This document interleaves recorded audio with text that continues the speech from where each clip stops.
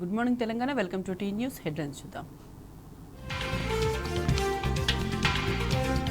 రేవంత్ను విమర్శిస్తే బీజేపీ ఎంపీలకు రోషం ఎందుకు? కాంగ్రెస్ పార్టీకి బీజేపీ కవచంగా మారిందన్న కేటీఆర్.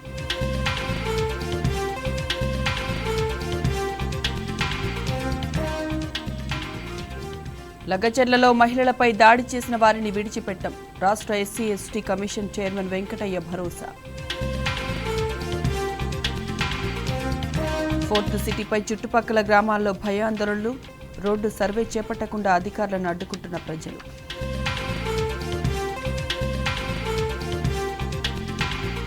రాష్ట్రంలో ఏరులై పారుతున్న మద్యం, ఖజానా నింపుకోవడంపైనే దృష్టి పెట్టిన ప్రభుత్వం.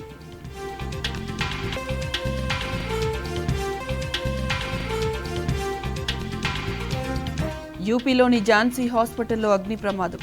ఐసీయూలో ఊపిరాడక 10 మంది శిశువులు మృతి.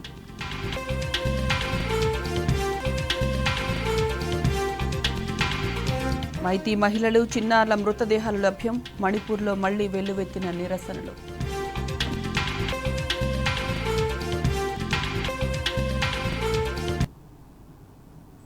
అన్ని రంగాల్లో తెలంగాణను అగ్రగామిగా నిలిపిన ఘనత కేసీఆర్కే దక్కుతుందన్నారు బీఆర్ఎస్ వర్కింగ్ ప్రెసిడెంట్ కేటీఆర్. అభివృద్ధే కులంగా, సంక్షేమమే మతంగా రాష్ట్రాన్ని కేసీఆర్ పరిపాలించారని కొనియాడారు. అందుకే రాజేంద్రనగర్ ప్రజలు బీఆర్ఎస్ను బ్రహ్మాండంగా గెలిపించారన్నారు. ఎమ్మెల్యే పోయినా తాము పార్టీలోనే ఉంటామని నిలిచిన ఆడబిడ్డలకు కేటీఆర్ ధన్యవాదాలు తెలిపారు. గతంలో కేసీఆర్ను, బీఆర్ఎస్ను ఫినిష్ చేస్తామన్న వాళ్లు ఎవరూ అడ్రస్ లేకుండా పోయారని గుర్తు చేశారు. రాజేంద్రనగర్ నియోజకవర్గం మడికొండకు చెందిన కాంగ్రెస్ సీనియర్ నాయకులు పీఎం నాయుడు, షేక్ ఆరిఫ్ తమ అనుచరులతో కలిసి బీఆర్ఎస్లో చేరారు. నాయకత్వంలో అభివృద్ధే మన కులంగా, సంక్షేమమే మన మతంగా ఈరోజు పేదవారిని, పెద్దవారిని అందరినీ కూడా బ్రహ్మాండంగా కలుపుకొని సంక్షేమ కార్యక్రమాలు, అభివృద్ధి కార్యక్రమాలు అందరికీ సమపాలనలో అందే విధంగా చాలా చక్కగా 10 ఏళ్ల పాటు కేసీఆర్ గారు రాష్ట్రాన్ని పరిపాలించినారు. కాబట్టే భారతదేశంలో ఎన్నో రంగాలలో తెలంగాణ ఒక రోల్ మోడల్గా, ఒక దిక్సూచిగా, ఒక ఆదర్శవంతమైన రాష్ట్రంగా, అది తలసరి ఆదాయంలో కావచ్చు, విద్యుత్ వినియోగంలో కావచ్చు, పరిశ్రమల ఆకర్షణలో కావచ్చు, వ్యవసాయ విస్తరణలో కావచ్చు, పేదవాళ్ళను ఆదుకునే సంక్షేమ కార్యక్రమాలు కావచ్చు, యాదాద్రి లాంటి గుడి కట్టే విషయంలో కావచ్చు, ఏ విషయంలో అయినా డాక్టర్ బాబాసాహెబ్ అంబేద్కర్ గారి ప్రపంచంలోనే అతిపెద్ద విగ్రహం పెట్టే విషయమే కావచ్చు, లేదా ఇంటింటికి నీళ్ళు ఇచ్చే విషయమే కావచ్చు, ఏ విషయంలోనైనా బ్రహ్మాండమైన అభివృద్ధిని, బ్రహ్మాండమైన సంక్షేమాన్ని 10 ఏళ్లలో కరోనా లాంటి మహమ్మారి తరుముకొచ్చినా పేదలను కడుపులో పెట్టుకొని చూసుకుంటూ ఎక్కడా సంక్షేమం ఆగకుండా చూసుకున్నారు. కాబట్టే కేసీఆర్ గారిని మీరు రాజేంద్రనగర్ నియోజకవర్గంలో కూడా మనస్ఫూర్తిగా ఆశీర్వదించి ఆనాటి మన అభ్యర్థిని మీరు అఖండమైన మెజారిటీతో గెలిపించారు. తమ్ముడు కార్తిక్ రెడ్డి గారు చెప్పినట్టు ఎమ్మెల్యేలు కొంతమంది పార్టీని వదిలిపెట్టి పోవచ్చు గాక, కానీ ఎమ్మెల్యే పోయినా అధికార లాలసతో పైరవీల కోసము, పదవుల కోసము, ఇంకో దానికోసం వారు పోయినా మేము మాత్రం ఉంటాము, పార్టీని వదిలిపెట్టమని చెప్పి నిబద్ధతతో ఉన్న మా గులాబీ అన్నదమ్ములకి, మా ఆడబిడ్డలకు హృదయపూర్వకంగా శిరస్సు వంచి నేను ధన్యవాదాలు తెలియజేస్తాను. 2001 ఏప్రిల్లో కేసీఆర్ గారు పార్టీ పెట్టినప్పుడు ఆనాడు ఆయన వెంబడ కేవలం పిడికెడు మంది ఉండే, కానీ 24 ఏళ్లలో ఈరోజు కేసీఆర్ గారు పెట్టిన పార్టీ ఇంతింతై వట్టుడింతై అన్నట్టు ఆనాడు పెట్టిన ఒక విత్తనం వాళ్ళ మహావృక్షమై వేలాది లక్షలాది మంది నాయకులను, కార్యకర్తలను బ్రహ్మాండంగా గ్రామ గ్రామాన, ప్రతి పట్టణంలో, ప్రతి పల్లెలో అద్భుతంగా విజృంభించి భయంకరంగా ఇవాళ అన్ని చోట్ల కూడా విస్తరించింది. ఇవాళ కేసీఆర్ గారు అంటే ఒక వ్యక్తి కాదు, టీఆర్ఎస్ అంటే ఒక సామాన్య శక్తి కాదు. కొంతమంది కలలు కంటున్నారు, పిచ్చి కలలు కంటా ఉన్నారు. రేవంత్ రెడ్డి గారు నిన్న మొన్న మాట్లాడుతున్నారు, కేసీఆర్ను ఫినిష్ చేస్తా, బీఆర్ఎస్ను ఫినిష్ చేస్తా.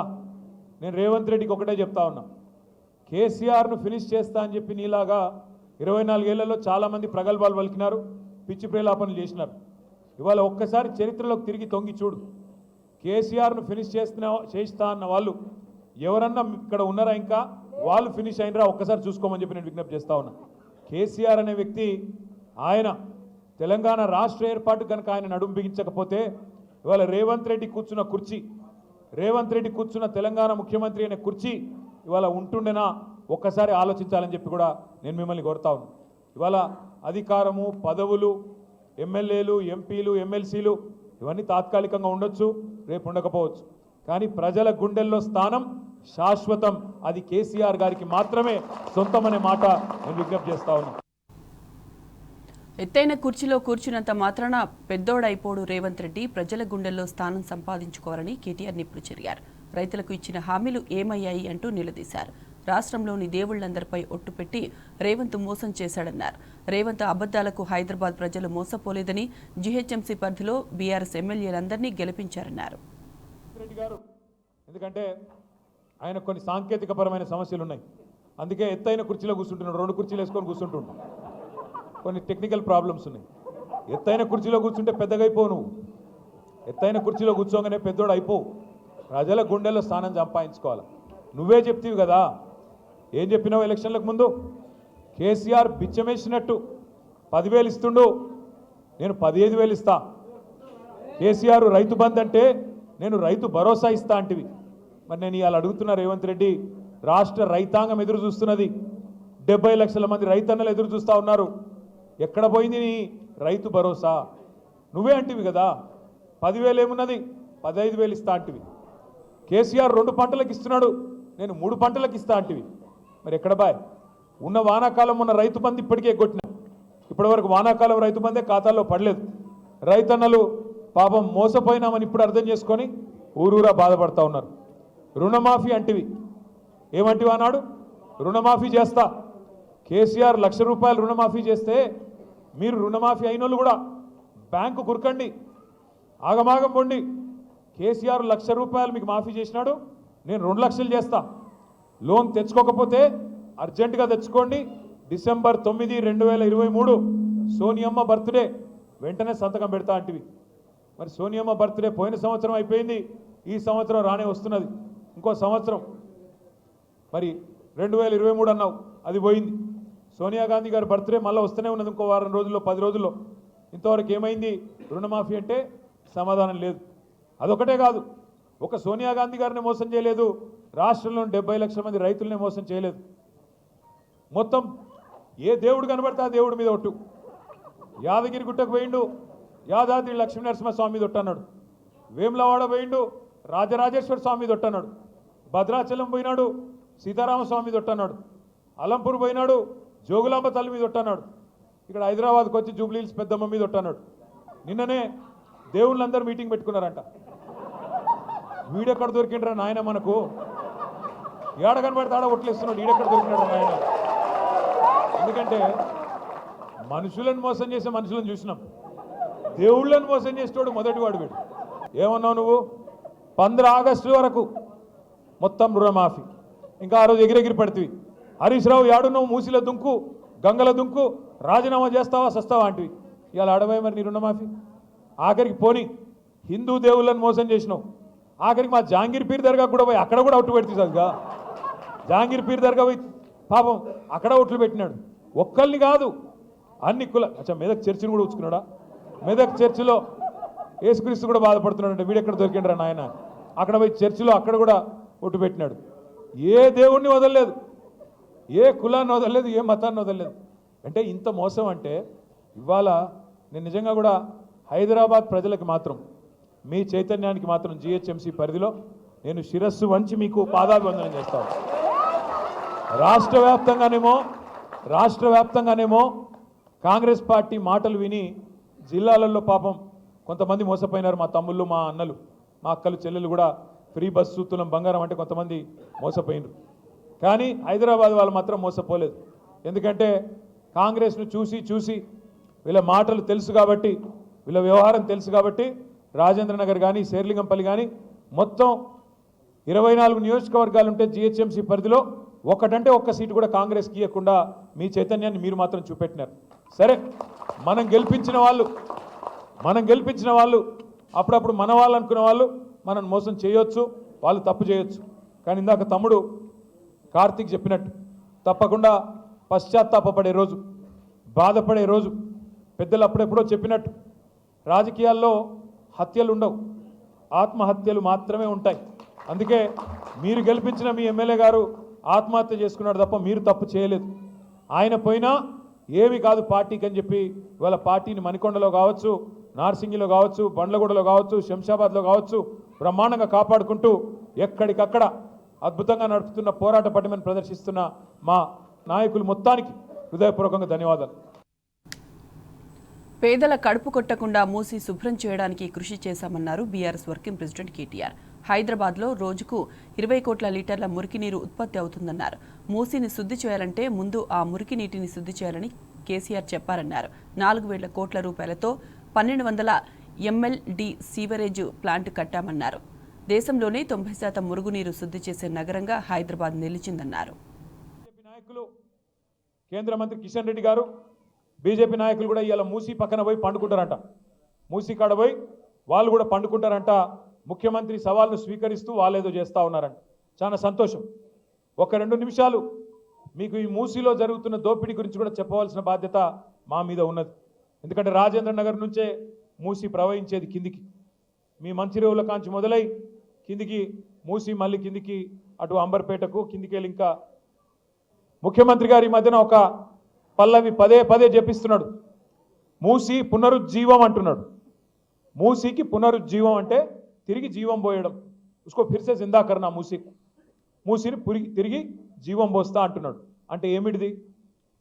60-70 ఏళ్ళకేంచి స్వాతంత్రం వచ్చిన నాటి నుంచి మూసిలోకి మురికి నీరు నిరాటంకంగా పోతానే ఉన్నది. ముఖ్యమంత్రి గారు ఎట్లా మాట్లాడుతున్నాడంటే అదేదో మూసిని వీళ్ళేదో బంగారం లాగా మనకు చందమామలాగా మనకు అప్పజెప్పిపోయినారు 2014లో, దాన్ని మనం అంతా మసిపూసి పాడు చేసి ఖరాబ్ చేసినాం అన్నట్టు మాట్లాడుతున్నాడు. ఒకసారి యాద్ చేసుకోండి, 2014 నాటికే మూసి మురికి కుప్పంగా మారిన మాట వాస్తవం కాదా? 50-60 ఏళ్ళు కాంగ్రెస్ పరిపాలన, 15-20 ఏళ్ళు తెలుగుదేశం పరిపాలన, ఆ రెండిట్లో ఉన్నది ఇదే రేవంత్ రెడ్డి కాదా? గతంలో తెలుగుదేశంలో ఉన్నాడు, ఇప్పుడు కాంగ్రెస్లో ఉన్నాడు. ఈ 2 పార్టీలు కారణం కాదా మూసి మురికి కుప్పంగా మారడానికి? మరి మనం ఏం చేసినాం? 14 తర్వాత ఏం చేసినామంటే ప్రణాళికబద్ధంగా మూసిని మంచిగా చేయాలి, శాశ్వతంగా రాజేంద్ర నగర్ కావచ్చు, అదేవిధంగా అది కార్వాన్ కావచ్చు, బహదూర్పురా కావచ్చు, అంబర్పేట కావచ్చు, ఉప్పల్ కావచ్చు, హైదరాబాద్లో ఏ ప్రాంతాలు, ఎల్బీ నగర్ కావచ్చు, ఏ ప్రాంతాల నుంచి అయితే మూసిపోతున్నదో దాని పరివాహక ప్రాంతంలో అటు ఇటు उसके इतराफ में जो बच्चे हमारे हैं जो गरा हैं किसी को तकलीफ नहीं पहुंचना बल्कि बहुत कोशिश हम करें. क्या करें? ఏం చేసినాం మూసికి? మేము ఒక 2 నిమిషాల్లో చెప్తాను నేను మీకు. పేదవాళ్ళ కడుపు కొట్టలేదు, పేదవాళ్ళ గూడు గూల కొట్టలేదు, కానీ దాన్ని మంచిగా చేసే ప్రయత్నం చేసినాం. నేను 8 ఏళ్ల పాటు మున్సిపల్ శాఖ మంత్రిగా పనిచేసినాను కాబట్టి ఆ అనుభవంతో చెప్తా ఉన్నాను.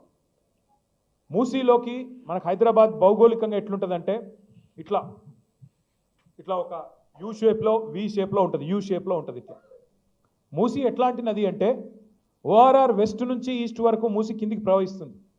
ఎంత వేగంగా నీళ్లు కిందికి పోతాయంటే ఈ 57 కిలోమీటర్ల పరిధిలోనే 84 మీటర్లు కిందికి ఉంటుంది మూసి. అంటే నీటి చుక్క ఒకటి పడితే జర్రున జారిపోతుంది.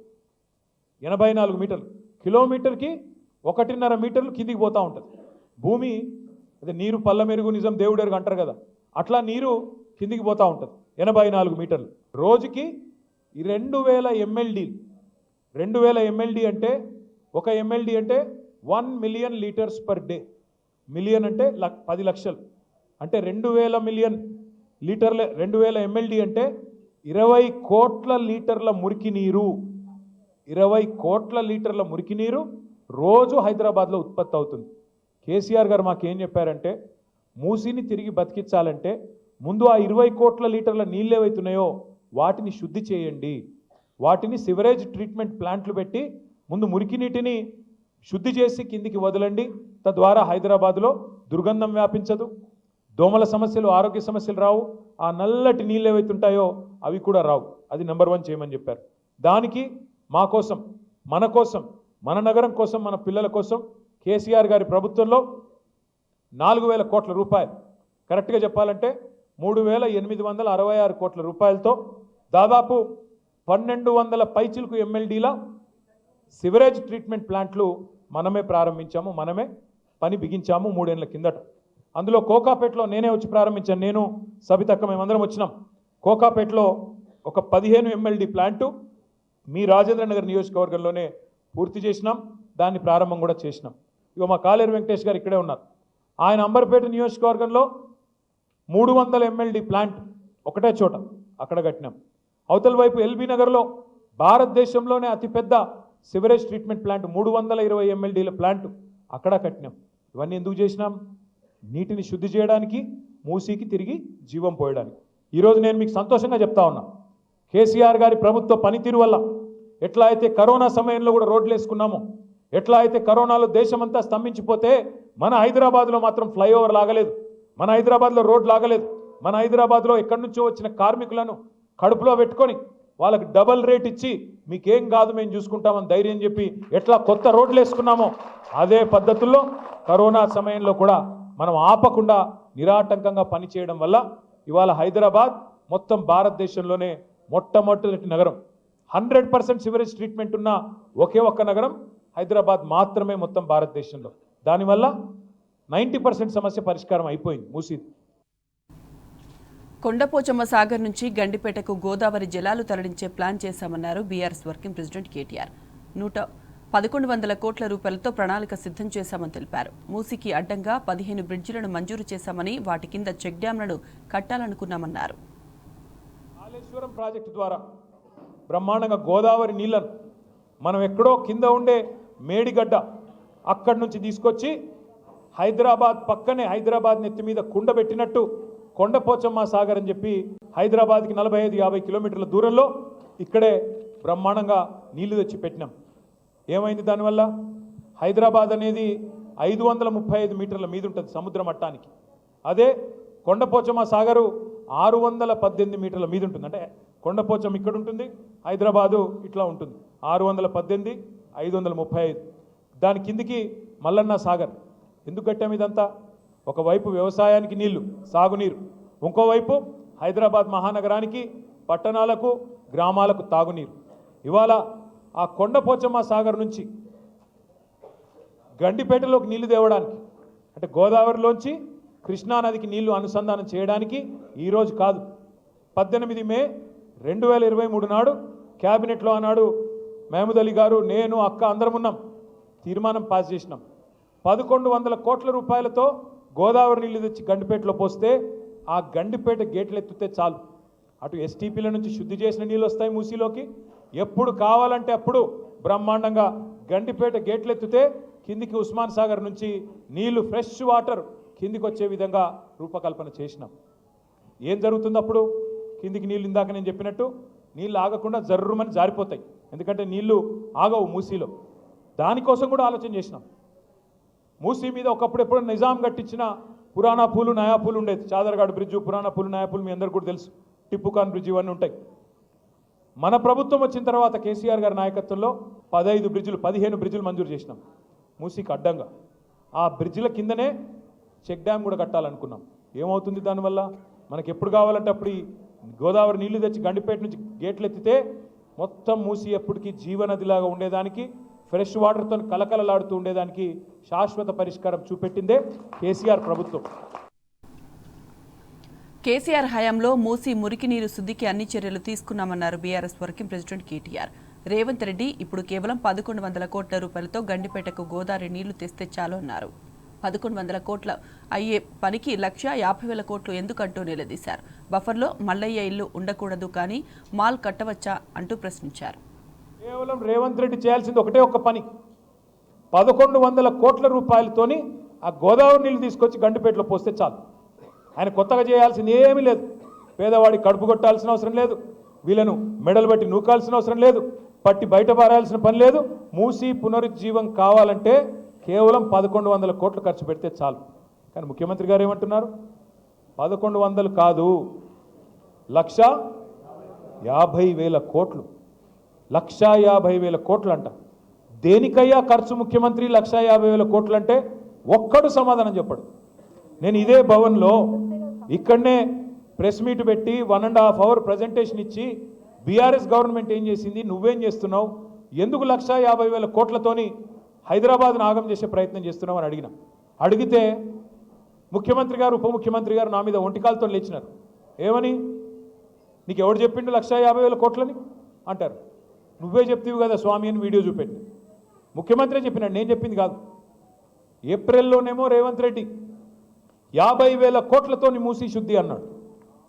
తెల్లారో మర్నాడో మే నెలలో జూపల్లి కృష్ణారావు గారు పర్యాటక శాఖ మంత్రి 50,000 కోట్లు కాదు 70,000 కోట్లతోని మూసి అన్నాడు. జూలై వచ్చింది. జూలై రాగానే మళ్ళీ ముఖ్యమంత్రి గారికి ఏమైందో తెలియదు. గోపన్పల్లిలో మనం కట్టిన బ్రిడ్జు ఆయన వచ్చి రిబ్బన్ కట్ చేసినాడు, సంతోషం. వచ్చి అక్కడ స్పీచ్ ఇస్తాడు, 150,000 కోట్లతో మూసి అభివృద్ధి అన్నాడు. ఇవాళ అదే ముఖ్యమంత్రి ఏమంటాడు, ఎవరన్నారు మీకు ఏడికెళ్ళి వచ్చింది నెంబర్ అంటాడు. అరే నువ్వే చెప్పినావు స్వామి చూడు అంటే నేను చెప్పలేదు అన్నాడు. మళ్ళీ కరెక్ట్గా 4 రోజులకి, మరీ సరిగ్గా 4 రోజులకి ముఖ్యమంత్రి గారు ఒక పుస్తకం రిలీజ్ చేసినాడు ప్రభుత్వం తరఫున, తెలంగాణ గ్రోత్ స్టోరీ అని. అందులో ఏం రాస్తుంది, 150,000 కోట్లతో మూసి అభివృద్ధి చేస్తామని రాస్తుంది. మేము అడుగుతా ఉన్నాం, మొన్నటి నుంచి నిలదీస్తూ ఉన్నాం, దేనికోసం 150,000 కోట్లు, ఎవడి కోసం? 1,100 కోట్లతో తెచ్చేస్తే మూసి పునరుజ్జీవం అయిపోద్ది కదా అంటే వాళ్ళు చెప్పే కారణాలు ఎంత వింతగా ఉన్నాయో ఒక్క నిమిషం మీకు చెప్తాను.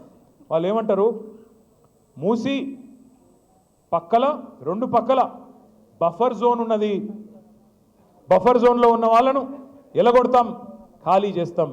నేను ఇవాళ ఇక్కడికి వచ్చిన మా ఆడబిడ్డలను అన్నదమ్ముల్ని ఒక్కటే మాట ఆలోచించమని కోరుతున్నా. మీరే రిజిస్ట్రేషన్లు చేస్తురి బఫర్ జోన్లో, మీరే పర్మిషన్లు ఇస్తురి, మీరే ట్యాక్స్ కట్టించుకుంటురి, మీరే ఇన్ని రోజులు ప్రాపర్టీ ట్యాక్స్ వసూలు చేస్తురి, మీరే రోడ్లు వేస్తురి, మీరే గవర్నమెంట్గా మోరీలు కడుతురి. ఇవాళ వచ్చి అక్కడ ఉన్న ఒక మల్లయ్య గారి ఇల్లేమో అందులోకెళ్ళి మురికి నీరు వస్తుంది, బఫర్ జోన్లో ఉన్నది, మూసి చెడిపోతుంది, కాబట్టి మల్లయ్య ఇల్లు కూలగొట్టాలి. మరి నేను అడుగుతా ఉన్నా ముఖ్యమంత్రి, మల్లయ్య ఇల్లు కూలగొడతావు, మరి రేపు బఫర్ జోన్లో నువ్వే ఒక పెద్ద రియల్ ఎస్టేట్ కంపెనీకి వాడికి ఇచ్చి వాడు మాల్ కడతాడు, మల్లయ్య ఇల్లు కూలగొట్టి మాల్ కడతాడు. మల్లయ్య ఇంట్లోకి వెళ్ళేమో మురికి నీరు వస్తుంది, మాల్లోకి వెళ్ళేమో సుగంధం వస్తుందా? మాల్లో కూడా అదే మురికి నీరు కదా వచ్చేది. ఇంకా మల్లయ్య ఇంట్లోకి వెళ్ళి వచ్చిన దానికంటే 1000 రెట్లు ఎక్కువ వస్తుంది. కానీ అది బాగట, ఇది బాగా కాదంట. నేను అందుకే అడుగుతా ఉన్నా, ముఖ్యమంత్రి సమాధానం చెప్పు. బఫర్లో మల్లయ్య ఇల్లు ఉండకూడదు ఎట్లా, మాల్ ఉంటుంది ఎట్లా? సమాధానం చెప్పు. ఎవడి కోసం 150,000 కోట్లు పెడతానంటున్నావు, దేనికోసం పెడతానంటున్నావు? మాకు అర్థమవుతున్నది. మూసీమే లూటో ఢిల్లీమే బాటో, మూసీలో లూటో ఢిల్లీమే బాటో. ఎందుకు? నీ బాసులు ఢిల్లీలో ఉన్నారు, వాళ్ళ కోపం వస్తే నీ తుమ్మితో ఊడిపోయే ముక్కు నీది, ఎప్పుడు ఊసిపోతుందో తెలియదు. రాహుల్ గాంధీకి మూటలు పంపకపోతే ఆయన ఊకోడు, మళ్ళీ పైన ఇంకా ప్రియాంక గాంధీ గారు ఉన్నారు, ఇంకా చాలామంది పెద్దలు ఉన్నారు, వాళ్ళకు మూటలు పంపాల్సిందే. ఓఆర్ఆర్ వేలంలో వచ్చిన డబ్బులను అభివృద్ధికి ఖర్చు చేశామన్నారు బీఆర్ఎస్ వర్కింగ్ ప్రెసిడెంట్ కేటీఆర్. కోకాపేటలో మేం వేలం వేస్తే తప్పైతే ఇప్పుడు మీరెందుకు వేలం వేయిస్తున్నారని నిలదీశారు. రైతులకు రుణమాఫీ, రైతు బంధు ఇవ్వడానికి డబ్బులు లేవట కానీ మూసీకి 1,50,000 కోట్ల రూపాయలు ఎక్కడివని ప్రశ్నించారు. కోకాపేటలో ఆనాడు కొన్ని భూములు నియోపోలిస్ అని పెట్టి దాన్ని ఆ మూవీ టవర్స్ పక్కన డెవలప్మెంట్ చేసి, గతంలో కాంగ్రెస్ ప్రభుత్వం కూడా వేలం వేసింది, గోల్డెన్ మైల్ అనే పేరిట. అప్పుడు వాళ్ళు ఆక్షన్ పెట్టినారు రాజశేఖర రెడ్డి గారి టైంలో. మన ప్రభుత్వం వచ్చినాక పక్కన మనం కూడా రుణమాఫీ అని, సిటీ డెవలప్మెంట్ అని, ఈ ఫ్లైఓవర్లు వీటన్నిటిని కట్టనికే ఆక్షన్ పెట్టినాం, వేలం పెట్టినాం. పారదర్శకంగా వేలం పెడితే ఒక్కో ఎకరం 100 కోట్లకు పోయింది. పోతే దానికి కూడా మమ్మల్ని తిట్టినాడు ఇదే రేవంత్ రెడ్డి. అన్నాడు, ఏమన్నాడు, మీరు కేటీఆర్ అనేవాడు దోపిడిగాడు, స్కామ్ చేసిండు, ఇలా 10,000 కోట్లు నొక్కేసిండు అన్నాడు. ఓఆర్ఆర్ ఉంది కదా, మీ రాజేంద్ర నగర్ మీకు పోతుంది కదా ఓఆర్ఆర్, దాన్ని ఏం చేసినాం మనము, 30 సంవత్సరాల కోసం ఒక ప్రైవేట్ వాడికి అప్పచెప్పినాం. అప్పచెప్పి 7,400 కోట్లు వాడిస్తే రాష్ట్ర ఖజానాకి మనం దాన్ని అభివృద్ధి సంక్షేమ కార్యక్రమాలకు వాడుకున్నాం. ఆ రోజు కూడా నా మీద ఆరోపణ చేసిండు రేవంత్ రెడ్డి, 1,00,000 కోట్లు రావాలి మనకి ఓఆర్ఆర్లో, వీళ్ళు అడ్డికి పావుషేర్ అమ్ముకున్నారన్నాడు. నేను ఇవాళ రేవంత్ రెడ్డి గారిని ఒకటే అడుగుతా ఉన్నా, అయ్యా ఆనాడు అపోజిషన్లో ఉన్నప్పుడేమో మాట్లాడుతీవి, ఓఆర్ఆర్ 1,00,000 కోట్లు రావాలా అంటివి, మళ్ళీ ఇవాళ నువ్వే మున్సిపల్ మంత్రివి, తెచ్చి చూపెట్టు. నేను వద్దన్నానా? క్యాన్సిల్ చేయి, ఓఆర్ఆర్ టెండర్ క్యాన్సిల్ చేయి. నేను తప్పు చేసిన రుజువు చేయి. నేను వద్దన్నానా? నేను తప్పు చేస్తే నువ్వు శిక్షించు, వద్దనట్లేదు. అట్లాగే నువ్వే అంటివి కదా, కోకాపేట భూముల స్కామ్లో నేనేదో డబ్బులు దొబ్బినా అని, మరి నువ్వెందుకు అమ్ముతున్నావు ఇవాళ భూములు?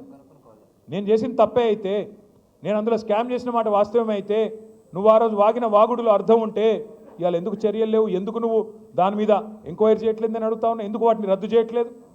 ఆ రోజు అల్లం అన్నది ఇవాళ బెల్లమైందా నీకు? నేను అడుగుతా ఉన్నా. మీరు దయచేసి ఆలోచించండి. ఎవడి కోసం మూసి అంటే ఇక దీనికి మళ్ళీ అందమైన కవరు మనం గట్టిగా మాట్లాడి, మూసి ఎందుకే నీకు ఢిల్లీలో మూటలు మంచనిక పునరుజ్జీవం చేయాలంటే కేవలం 1,100 కోట్లు సరిపోతుంది కానీ గట్టిగా అడిగితే ఈ మధ్యన కొత్తపల్లె అందుకున్నాడు. బాపు ఘాట్లనట ఈయన పోయి భారతదేశంలో కాదు ప్రపంచంలో అతిపెద్దదైన మహాత్మా గాంధీ విగ్రహం పెడతారంట. ఈయన ఎవరు? రేవంత్ రెడ్డి. రేవంత్ రెడ్డి గారు మహాత్మా గాంధీ విగ్రహం పెడతాను అనగానే మహాత్మా గాంధీ గారి మన్మడు తుషార్ గాంధీ గారు స్పందించారు. మహాత్మా గాంధీకి ఇవన్నీ ఇష్టం ఉండవురా ఆయన చాలా మంచోడు, ఆయన ఎన్నడూ ఆయన విగ్రహాలు ప్రపంచంలో పెద్ద విగ్రహాలు 1000 కోట్ల విగ్రహాలు పెట్టాలని ఆయన కోరుకోలేదు, వాటిని పేదవాళ్ళ కోసం వాడు స్వామి, నువ్వు పెట్టకు అని ఆయన చెప్పినాడు. కానీ మహాత్మా గాంధీ గారు తప్పకుండా ఎక్కడున్నారో కానీ ఆయన ఆక్రోషిస్తూ ఉండింటాడు. ఎందుకంటే రేవంత్ రెడ్డి గారు గాడ్సే శిష్యుడు. ఆయన నాథురామ్ గాడ్సే ఆర్ఎస్ఎస్ వాడు, ఆర్ఎస్ఎస్ గాడ్సే గారి శిష్యుడు ఈయన. ఈ వ్యక్తి ఈయన పేరేమి? రేవంత్ రెడ్డి. ఇవాళ ఎట్లున్నదంటే గాంధీ విగ్రహాన్ని గాడ్సే పెడతానంటే ఒప్పుకుంటామా సార్? నాకు అర్థం కాదు. మనం గాడ్సే లాంటి వాడు, గాడ్సేకి వారసుడు ఈయన వచ్చేట గాంధీ గారి విగ్రహం పెడతాడంట, అది కూడా బాపు ఘాట్లో. రేవంత్ రెడ్డి గారికి నేను ఒకటే చెప్తా ఉన్నా, నువ్వు గాంధీ విగ్రహాన్ని అడ్డం పెట్టుకొని మూసీ ప్రాజెక్టు అని దానికి కలరింగ్ ఇచ్చి మళ్ళీ దానిలో కూడా రేట్లు పెంచి దానిలో కూడా డబ్బులు దొప్పుకుంటానంటే ఇది సమంజసం కాదు. మహాత్మా గాంధీని అడ్డం పెట్టుకొని శిఖండిలాగా నువ్వు వెనకాల ఉండి రాజకీయం చేస్తానంటే మంచిది కాదు. తప్పకుండా ప్రజలకు వాస్తవాలు తెలుస్తూ ఉన్నాయి. మూసీ విషయంలో జరుగుతున్న దోపిడీ, పేదవాళ్లకు ఇబ్బందులు పెట్టే అంశంలో ఈ రాష్ట్రంలో ఒకసారి చూడండి ఏం జరుగుతూ ఉంది. మూసీలో దోపిడీ. మూసీకేమో 1,50,000 కోట్లు ఉన్నాయంట ముఖ్యమంత్రి కాడ, కానీ ఆడబిడ్డలకి తులం బంగారం ఈయనకి పైసలు లేవు. ముసలోళ్ళకి 4,000 రూపాయలు పెన్షన్ అన్నావు, దానికి పైసలు లేవు. రాష్ట్రంలో రైతు బంధుకు పైసలు లేవు. రాష్ట్రంలో రుణమాఫీకి డబ్బులు లేవు. హోంగార్డులకు జీతాలు ఇవ్వనికే టైం లేవు. బతుకమ్మ చీరలకు పైసలు లేవు. అదేవిధంగా రంజాన్ తోఫాకు పైసలు లేవు. క్రిస్మస్ గిఫ్ట్కు పైసలు లేవు.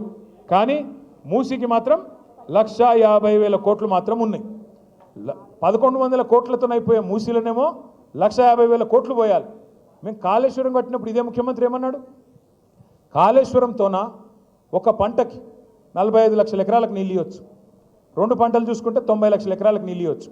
మరి నేను అడుగుతున్నా ముఖ్యమంత్రి గారిని, మూసీతోని మురిసే రైతులు ఎంతమంది? మూసీతోని సాగులోకి వచ్చే ఎకరాలెన్ని? ఎన్ని లక్షల ఎకరాలకు నీళ్ళు వస్తాయి చెప్తావా? మూసీతోని వచ్చే పరిశ్రమలెన్ని? మూసీతోని వచ్చే ఐటీ కంపెనీలెన్ని? మూసీతో నువ్వు చేసే రియల్ ఎస్టేట్ వెనకాల ఎవరి లాభం ఉన్నది? ఈ ఢిల్లీకి మోసే మూటల వెనుక ఎవరి ప్రయోజనాలు ఉన్నాయి చెప్పాలని చెప్పి నేను కోరుతా ఉన్నా. తెలంగాణ బీజేపీ ఎంపీలు రేవంత్ రెడ్డికి రక్షణ కవచాల్లా తయారయ్యారని విమర్శించారు BRS working president KTR. Bandi Sanjay కేంద్ర సహాయ మంత్రి కాదు, రేవంత్ రెడ్డికి సహాయ మంత్రి అంటూ దుయ్యబట్టారు. రఘునందన్ రావు, ధర్మపురి అరవింద్, కొండా విశ్వేశ్వరరెడ్డి రేవంత్ రెడ్డిపై ఈగ వాలనివ్వకుండా చూసుకుంటున్నారని ఫైర్ అయ్యారు. బీజేపీ పార్టీ నాయకులు కూడా గొంతిప్పుతా ఉన్నారు, వాళ్ళు కూడా మాట్లాడుతున్నారు. మూసి పక్కనే పండుకుంటామంటున్నారు. వాళ్ళకు కూడా నేను విజ్ఞప్తి చేస్తా ఉన్నా, మాట్లాడండి, గట్టిగా అడగండి. 1,50,000 కోట్లు ఎవరు అబ్బసొత్తు అని చెప్పి ఖర్చు పెడుతున్నాడు ముఖ్యమంత్రి, అడగమని చెప్పి నిలదీయమని చెప్పి వారిని కూడా అడుగుతా ఉన్నా. కానీ అడగడంతోనే ఆగిపోకండి. ముఖ్యమంత్రి గారు దోపిడీ చేస్తున్నాడని ప్రధానమంత్రి మాట్లాడతాడు. ముఖ్యమంత్రి గారు దోపిడీ చేస్తున్నాడని ప్రధానమంత్రి గారు మాట్లాడుతున్నారు. నిన్న మొన్న నేను మహారాష్ట్రలో చూసిన ప్రధానమంత్రి చెప్తున్నాడు, అక్కడ తెలంగాణ आज कांग्रेस की शाही परिवार के लिए एटीएम बन गया. తెలంగాణ ఏటీఎం అయిపోయింది కాంగ్రెస్ పార్టీకి అని ప్రధానమంత్రి నరేంద్ర మోడీ గారు మాట్లాడుతున్నారు. ప్రధానమంత్రి గారిని అడుగుతా ఉన్నా, తెలంగాణ ఏటీఎం అయిపోతే మరి మీరేం చేస్తున్నారు స్వామి? మీరెందుకు కాంగ్రెస్ దోపిడీని ప్రశ్నిస్తలేరు?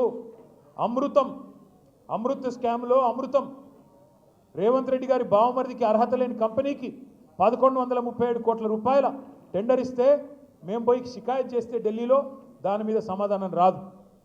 1,50,000 కోట్ల దోపిడీ మూసీలో జరుగుతోంది. డిపిఆర్ లేకుండానే ఇండ్లు గులగొడుతున్నాడు. డిపిఆర్ లేకుండానే 1,50,000 కోట్లని మాట్లాడుతున్నాడు. ఇది దోపిడీ కాదా, డే లైట్ రాబరీ కాదా అని మేము అడిగితే సమాధానం రాదు. అదే మాదిరిగా ఆర్ఆర్ ట్యాక్స్, ఇది కూడా నేను అంట్లా, ప్రధానమంత్రి గారే అన్నారు మొదలు. RRR అని ఆ మధ్యన సినిమా వచ్చింది, నాటు పాటున్నది అలా యాదుకుందా? అట్లాగా ఈయన కూడా నాటు కొట్టుడు కొడుతున్నాడు. ఆ RRR కలెక్షన్ కంటే ఈయన ఆర్ఆర్ కలెక్షన్ ఎక్కువైపోయింది అని ప్రధానమంత్రి గారే స్వయంగా చెప్పినారు. చెప్పిన తర్వాత ఈ రోజు వరకు కూడా యాక్షన్ లేదు. వీళ్ళ దోపిడీ మీద చర్యలు లేకపోగా మణికొండలో ఎట్లయితే కాంగ్రెస్ బీజేపీ అలైబలై చేసుకొని చైర్మన్ వైస్ చైర్మన్ ఒక నరేందర్, వైస్ చైర్మన్ ఇంకో Narender, chairman Congress Narender, vice chairman BJP Narender, వాళ్ళట బయటకు వచ్చి సిగ్గులేదు, బీజేపీ బీఆర్ఎస్ ఒకటే అని మాట్లాడతారు. బయటకు వచ్చి బీజేపీ బీ టీమ్ బీఆర్ఎస్ అని ఒకటి మాట్లాడతాడు. నేను అడుగుతున్నా, మణికొండలో ఎవరు కలిసి కాపురం చేస్తూ ఉన్నారు? మక్తల్లో ఎవడు కలిసి కాపురం చేస్తున్నాడు? భువనగిరిలో ఎవడు కలిసి కాపురం చేస్తున్నాడు? మున్సిపాలిటీలో ఒకడు చైర్మన్, ఇంకోడు వైస్ చైర్మన్. ఒక్కడు చూపెడతావా? మొత్తం తెలంగాణలో బీజేపీ ఉన్ను టీఆర్ఎస్ కలిసి అధికారం పంచుకున్నది ఒక్కటన్నా చూపెడతావా? ఎక్కడా లేదు. కానీ ఇవాళ ఇష్టం వచ్చినట్టు మాట్లాడుతూ ఉంటారు. బీజేపీ అనే పార్టీ కాంగ్రెస్కు రక్షణ కవచంలాగా మారింది. ఇవాళ కేంద్ర సహాయ మంత్రి ఒక ఆయన బండి సంజయ్ కుమార్ గారు, ఆయన కేంద్ర సహాయ మంత్రి కాదు, రేవంత్ రెడ్డి సహాయ మంత్రి.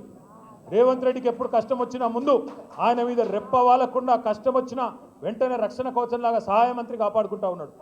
మేము రేవంత్ రెడ్డిని తిరిగితే, రేవంత్ రెడ్డి మీద విమర్శ చేస్తే బీజేపీ వాళ్ళకు రోషం వస్తున్నది. రఘునందన్ రావు, విశ్వేశ్వర్ రెడ్డి మీ ఎంపీ పుణ్యాత్ముడు, తర్వాత అరవింద్, ఈ నలుగురు ఇవాళ రేవంత్ రెడ్డికి రక్షణ కవచం. నలుగురు బీజేపీ ఎంపీలు. మీరు ఆలోచించండి, వాళ్ళు రేవంత్ రెడ్డి పార్టీలు ఉన్నారా లేక బీజేపీలో ఉన్నారా? అప్పుడప్పుడు సరే మనకు కూడా కన్ఫ్యూజన్ ఉందనుకోండి, రేవంత్ రెడ్డి గారు కాంగ్రెస్లో ఉన్నాడా బీజేపీలో ఉన్నాడా అని మనకు కూడా కన్ఫ్యూజన్ ఉంది. ఎందుకంటే మీరు చూడండి జాగ్రత్తగా, పైన రాహుల్ గాంధీ పాపం ఆయన అమాయకుడు, ఆయనకేం తెలియదు, ఏం రాసిస్తే చదువుతాడు ఆయన పాపం. ఆయన లీడర్ కాదు, రీడర్. ఎక్కడ పోయి ఏ పేపర్ మీద ఏది రాస్తే తెల్ల పేపర్ పట్టుకుని బడబడబడ చదివేసి వెళ్ళిపోతాడు. ఆయన పోతాడు. నిన్న మాట్లాడుతున్నాడు మహారాష్ట్రలో రాహుల్ గాంధీ. ఏమంటున్నాడు? బొంబాయిలో అదానికి మొత్తం 1,00,000 కోట్ల విలువ చేసే ధారావి సొమ్ములు, ధారావి భూమి దారాదత్తం చేస్తున్నది బీజేపీ అని అక్కడ అదానిని వ్యతిరేకిస్తూ రాహుల్ గాంధీ మాట్లాడతాడు. మరి ఇక్కడేం జరుగుతున్నది? అదే అదాని మంచోడు, చాలా మంచివాడు, ఆయన మించిన ఉత్తముడు లేడు, అద్భుతమైన మనిషి అని చెప్పి రేవంత్ రెడ్డి గారు రోజు ఆయనతో రాసుకొని పుసుకొని తిరుగుతూ ఉన్నారు. కాంగ్రెస్ ప్రభుత్వ పాలన నిరుపేదలకు శాపంగా మారిందని మాజీ మంత్రి ఎమ్మెల్యే సబితా ఇంద్రారెడ్డి అన్నారు. కేసీఆర్ను మరోసారి సీఎంను చేసేందుకు బీఆర్ఎస్ కార్యకర్తలు కృషి చేయాలని కోరారు. సీఎం రేవంత్ రెడ్డికి పరిపాలన చేతనవ్వడం లేదని విమర్శించారు. రేవంత్ సొంత నియోజకవర్గంలో రైతులు తిరగబడుతున్నారని చెప్పారు. అటు కాంగ్రెస్ పాలనలో విద్వేషాలు, విధ్వంసాలు తప్ప ప్రజలకు ఒరిగిందేమీ లేదని మాజీ హోంమంత్రి మహమ్మద్ అలీ అన్నారు. మరోవైపు బీఆర్ఎస్లో గెలిచి పార్టీ మారిన ఎమ్మెల్యేలకు పుట్టగతులుండవని బీఆర్ఎస్ నేత కార్తిక్ రెడ్డి హెచ్చరించారు. కేసీఆర్ గారు వస్తారన్న ఆలోచన ప్రతి ఒక్కరికి వచ్చింది, కింది స్థాయి నుండి పై స్థాయి వరకు. ఒక వ్యవసాయ కూలి నుండి మొదలు పెట్టుకుంటే ఒక వ్యాపారవేత్త వరకు కూడా ఏంటి రాష్ట్రంలో పాలన కేసీఆర్ గారు ఉన్నప్పుడు ఎట్లుండే ఎట్లా ఉందని ఆలోచన ప్రతి ఒక్కరికి కలిగింది. నిజంగానే ఎంత అరాచకం చేస్తున్నారంటే, భూమి ఇవ్వమంటున్నారు, భూమి ఇవ్వకపోతే వాళ్ళని దౌర్జన్యం చేసి వాళ్ళని కొట్టి జైల్లో పెట్టడం ఒకటైతే, అర్ధరాత్రి 1:30కి పోయి లైట్స్ ఆఫ్ చేసి లేడీస్ని అసభ్యంగా వాళ్ళు వివరించి చెప్తా ఉంటే మనసు కలుక్కుమంది. ఎక్కడున్నాము ఏం చూస్తున్నాం ఈ రాష్ట్రంలో అనిపించింది. సొంత ఊరికి పోతే 2 మహిళా జర్నలిస్టులు మీరు చూస్తున్నారు వీడియోలలో, ఎంత అసభ్యంగా ప్రవర్తించిండ్రు ఆ మహిళా జర్నలిస్టుల మీద అని చూస్తున్నాం. ఎక్కడికి వాళ్ళ ఊరికి ఒక మహిళా జర్నలిస్ట్ పోతే కూడా, అదే కొడంగల్ పోతే కూడా అదే విధంగా ప్రవర్తించున్నారు. ఎక్కడైనా మహిళల మీద అరాచకం జరుగుతూ ఉన్న సందర్భంలో ఒక్కరు కూడా అధికార పార్టీ నుండి స్పందించడానికి ప్రభుత్వం నుండి సిద్ధంగా లేరు. ఎక్కడ చూసినా అరాచకం చేస్తున్న ఈ సందర్భంలో నిజంగానే చాలాసార్లు రాహుల్ గాంధీ గారు దేశవ్యాప్తంగా చూసినప్పుడు రాజ్యాంగాన్ని చేతిలో పట్టుకొని రాజ్యాంగంలో అన్ని మాటలు మాట్లాడుకుంటూ తిరుగుతూ ఉన్నారు. మమ్మల్ని అడిగే వాళ్ళు ఎవరు లేరు అని ఒక నియంత పాలన ఈ రాష్ట్రంలో జరుగుతూ ఉంది. దయచేసి ఇక్కడ తిరిగి చూడండి, దేశమంతా తిరిగి చూస్తున్నారు కదా. మరి మీ ప్రభుత్వం, మీ ముఖ్యమంత్రి గారు ఈ రాష్ట్రంలో ఇంత అరాచకం జరుగుతూ ఉంటే ఎందుకు ఇటు పక్క తిరిగి చూడట్లేరు అనేది నేరుగా రాహుల్ గాంధీ గారిని అడుగుతూ ఉన్నాను. ఇప్పటికైనా కళ్ళు తెరవండి, ఈ రాష్ట్రంలో జరుగుతున్న అరాచకాన్ని కనీసం ఇక్కడ తిరిగి చూడండి అని రాహుల్ గాంధీ గారిని ఈ వేదిక మీద నుండి కోరుతా ఉన్నాను. 1 సంవత్సరంలోనే రాష్ట్ర ప్రతిష్ఠ ఇంత దిగజార్చారు కదా, మరి ఇంకా 4 సంవత్సరాలు ఈ రాష్ట్రాన్ని ఎక్కడ చేస్తారు, ఏం చేస్తారని ఒక ఆందోళన మాత్రం కలుగుతుంది. అడుగడుగున అన్ని వర్గాలను అవమానిస్తున్న ఈ ప్రభుత్వానికి తప్పకుండా ప్రజలే బుద్ధి చెప్తారని కూడా మరొకసారి తెలియజేసుకుంటూ, बहुत से पार्टियां बनते हैं पावर के लिए। तेलुगु देशम पार्टी NT रामाराव साहब ने बनाया था, 1 साल में उन्होंने पावर में आए थे। मगर केसीआर साहब एक महान लीडर है, इसलिए लोग उन्हें 5वां गांधी कहते हैं। उन्होंने पावर के लिए पार्टी नहीं बनाई, तेलंगाना के अवाम को इंसाफ दिलाने के लिए, क्योंकि हमारी जो दौलत थी पूरी लूट कर आंध्रा ले जाते थे। हमारे लोगों को ना नौकरियां मिलते थे, ना हमारे साथ इंसाफ होता था। हमारी स्टेट में कांग्रेस ऑलरेडी 50 साल हुकूमत कर चुकी है, कभी भी हमारी तरक्की के बारे में नहीं सोचा। ఇవి అప్డేట్స్. నమస్తే.